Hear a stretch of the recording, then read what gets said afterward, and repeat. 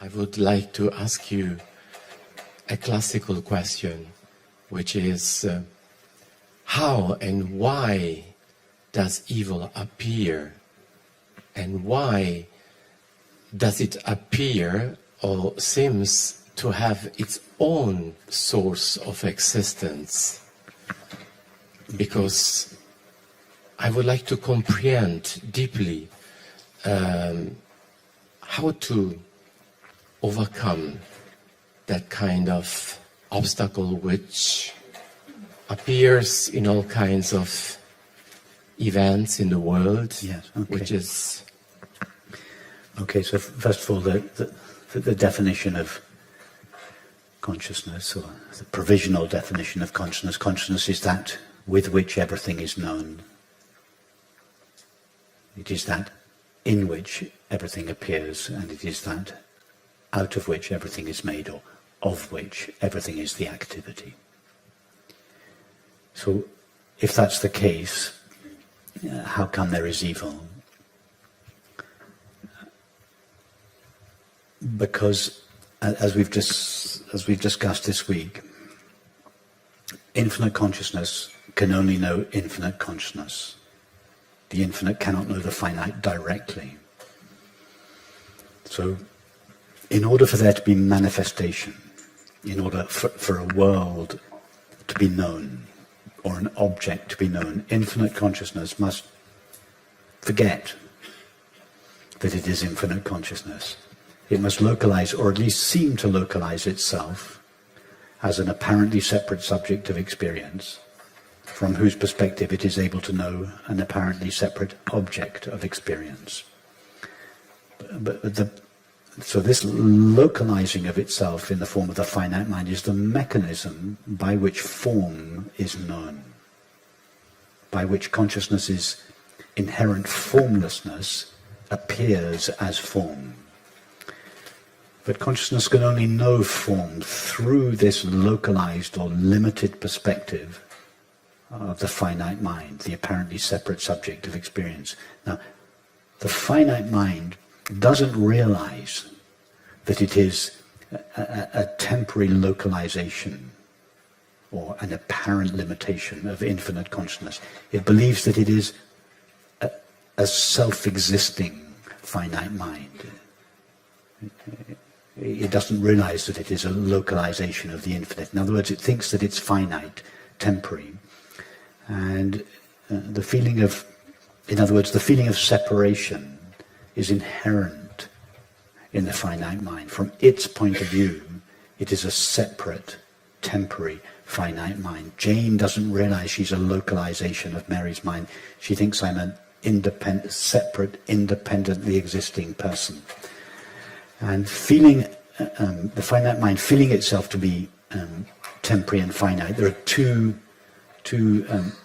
existential feelings that govern all its feelings. One is the feeling of being a fragment, and therefore incomplete, and therefore it is always seeking someone or something to complete itself with.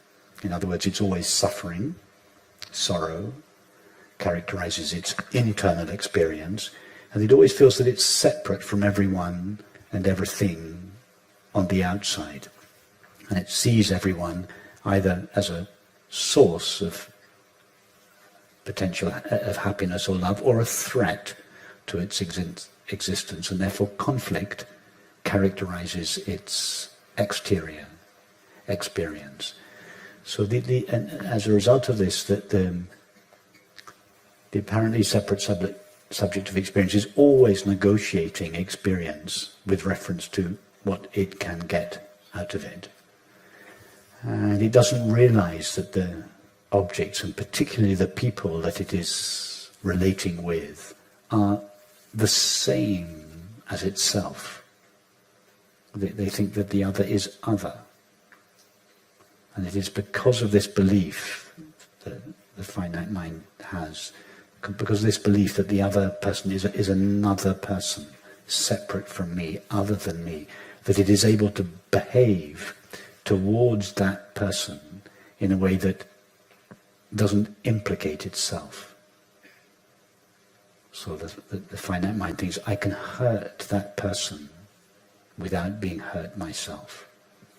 Well, therefore, it doesn't matter what I do to that person because it won't hurt me. If everyone really felt whatever I do to the other, I do to myself.